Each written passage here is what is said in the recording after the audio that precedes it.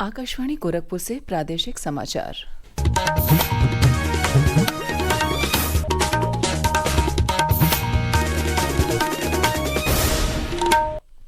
नमस्कार, समाचार बुलेटिन के साथ में शिवानी अरोरा। पहले मुख्य समाचार। आतंकवाद के विरुद्ध चलाए जा रहे ऑपरेशन सिंदूर के खिलाफ भारत के नागरिक ठिकानों को निशाना बना रहा है पाकिस्तान। सशस्त्र बलों की सतर्कता से नाकाम किए जा रहे हैं हमले। भारत ने 400 ड्रोनों की मदद से किए गए घुसपैठ के प्रयासों को किया नाकाम। जम्मू कश्मीर में घुसपैठ का प्रयास करते 7 आतंकवादी मारे गए। भारत और पाकिस्तान में बढ़ते तनाव के बीच प्रधानमंत्री नरेंद्र मोदी तीनों सेनाओं के साथ एक उच्च स्तरीय बैठक में हुए शामिल। रक्षा मंत्री और गृह मंत्री ने भी अलग अलग बैठकें कर की स्थिति की समीक्षा। और सरकार ने जमाखोरी से बचने की अपील की। केंद्रीय खाद्य मंत्री ने कहा, देश में सभी आवश्यक वस्तुओं के पर्याप्त स्टॉक मौजूद हैं।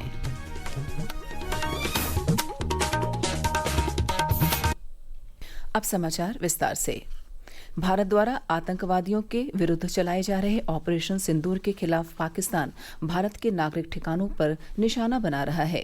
रक्षा मंत्रालय के अनुसार पाकिस्तान के एक सशस्त्र ड्रोन ने कल पंजाब के फिरोजपुर में एक नागरिक क्षेत्र को निशाना बनाया, जिसमें एक ही परिवार के 3 सदस्य घायल हो गए।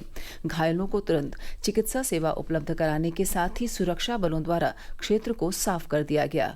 मंत्रालय ने सीमावर्ती क्षेत्रों के नागरिकों को घर के अंदर रहने, अनावश्यक आवाजाही सीमित करने और स्थानीय अधिकारियों की ओर से जारी सुरक्षा निर्देशों का सख्ती से पालन करने की सलाह दी है। एक रिपोर्ट।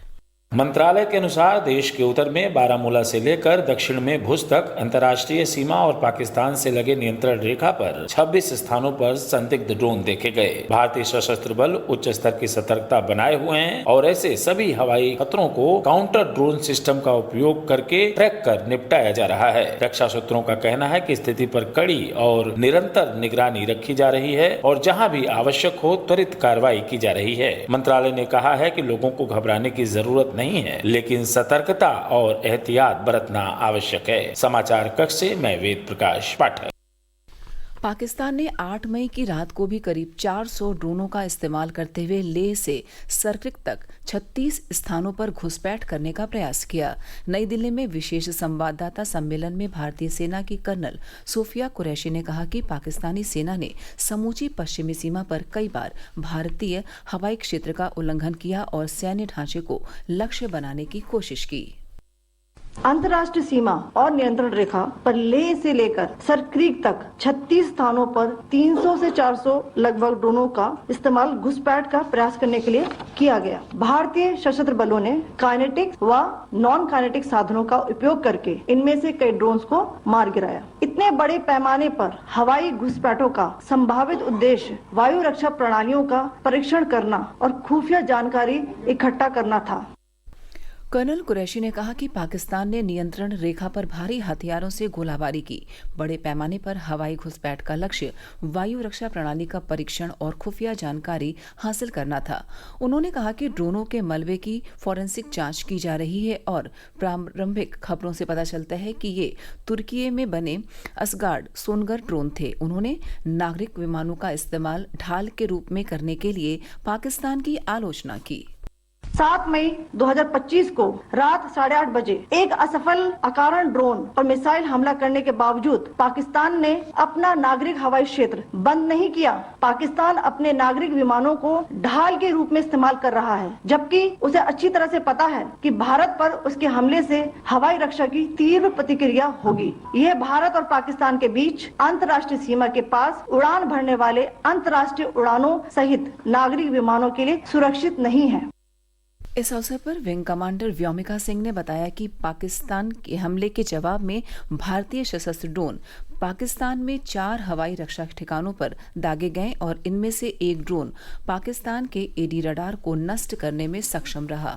उन्होंने कहा कि पाकिस्तान ने नियंत्रण रेखा पर भारी तोपों और सशस्त्र ड्रोनों का इस्तेमाल करते हुए गोले बरसाए, जिनमें कुछ भारतीय सैनिक हताहत हुए। भारत की जवाबी कार्रवाई से पाकिस्तानी सेना को भी भारी क्षति पहुंचाई गई है। विदेश सचिव विक्रम मिस्री ने कहा कि हमलों से इनकार करना पाकिस्तान की दोहरी नीति का उदाहरण है। उन्होंने कहा कि बहावलपुर में जैश ए मोहम्मद के मुख्यालय पर हमला वॉल स्ट्रीट जर्नल के पत्रकार डेनियल पर्ल की हत्या का उचित जवाब है। इस बीच सीमा सुरक्षा बल ने भी जम्मू और कश्मीर के सांबा जिले में अंतर्राष्ट्रीय सीमा पर घुसपैठ के बड़े प्रयास को विफल करते हुए कम से कम 7 आतंकवादियों को ढेर कर दिया। जम्मू और श्रीनगर के एयरपोर्ट को पाकिस्तान द्वारा निशाना बनाने की कोशिश के बाद नागर विमानन सुरक्षा ब्यूरो ने लखनऊ, वाराणसी और कुशीनगर सहित देश के सभी एयरपोर्ट के लिए हाई अलर्ट घोषित कर दिया है। सरकार ने देश के 24 हवाई अड्डों को बंद रखने की अवधि 14 मई तक बढ़ा दी है। एयर इंडिया ने कहा है कि जम्मू, श्रीनगर, लेह, जोधपुर, अमृतसर, चंडीगढ़, भुज, जामनगर और राजकोट के लिए उसकी उड़ानें 15 मई तक रद्द रहेंगी। इस बीच उत्तर प्रदेश में सुरक्षा एजेंसियां अलर्ट मोड पर हैं। सरकार ने सभी पुलिसकर्मियों की छुट्टियां रद्द कर दी हैं। राजधानी लखनऊ समेत अयोध्या, वाराणसी और भारत नेपाल सीमा से सटे जिलों में सुरक्षा व्यवस्था कड़ी कर दी गई है।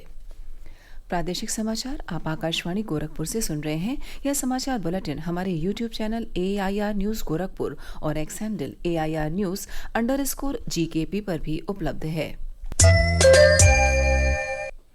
भारत और पाकिस्तान में बढ़ते तनाव के बीच प्रधानमंत्री नरेंद्र मोदी ने कल नई दिल्ली में तीनों सेनाओं के प्रमुखों, थल सेना, वायुसेना और नौसेना के साथ एक उच्च स्तरीय बैठक की अध्यक्षता की। बैठक में रक्षा मंत्री राजनाथ सिंह और राष्ट्रीय सुरक्षा सलाहकार अजीत डोभाल भी उपस्थित थे। इससे पहले रक्षा मंत्री राजनाथ सिंह ने कल पश्चिमी सीमा पर सुरक्षा स्थिति और भारतीय सशस्त्र बलों की परिचालन तैयारियों की समीक्षा के लिए नई दिल्ली में उच्च स्तरीय बैठक की अध्यक्षता की। बैठक में प्रमुख रक्षा अध्यक्ष, तीनों सेनाओं के प्रमुख और रक्षा सचिव उपस्थित थे। गृह मंत्री अमित शाह ने भी सीमा सुरक्षा बल, केंद्रीय औद्योगिक सुरक्षा बल और नागरिक उड्डयन सुरक्षा ब्यूरो के महानिदेशकों के साथ बैठक की। केंद्रीय खाद्य मंत्री प्रहलाद जोशी ने लोगों से घबराहट में जरूरी चीजों की जमाखोरी न करने की अपील की है। उन्होंने कहा है कि देश में सभी आवश्यक वस्तुओं का पर्याप्त स्टॉक मौजूद है। केंद्रीय कृषि मंत्री शिवराज सिंह चौहान ने भी कल कृषि मंत्रालय की तैयारियों की समीक्षा की और कहा कि देश के अन्न भंडार भरे हुए हैं। सेना के साथ देश के किसान भी तैयार हैं। सार्वजनिक क्षेत्र के बैंकों ने कहा है कि सभी ATM, धनराशि जमा करने की मशीनें और सभी डिजिटल सेवाएं सामान्य रूप से संचालित हो रही हैं। इंडियन ऑयल कॉरपोरेशन ने भी लोगों को आश्वस्त किया है कि देश में कहीं भी पेट्रोल, डीजल या LPG की कोई कमी नहीं है। इस बीच केंद्र ने सभी राज्यों से आपात स्थिति में नागरिक सुरक्षा प्रमुखों को आपातकालीन खरीद का अधिकार देने को कहा है। अग्निशमन सेवा, नागरिक सुरक्षा और होमगार्ड के महानिदेशक विवेक श्रीवास्तव ने कल इस संबंध में राज्यों को पत्र लिखा। एक रिपोर्ट।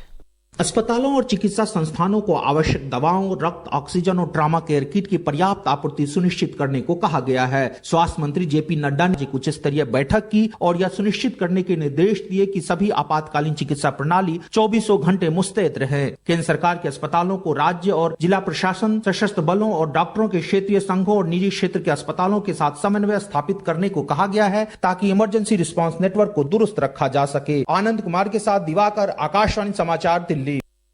सरकार ने सभी मीडिया चैनलों, डिजिटल प्लेटफॉर्म और नागरिकों से रक्षा अभियानों और सुरक्षा बलों की आवाजाही की लाइव कवरेज या वास्तविक समय की रिपोर्टिंग न करने को कहा है।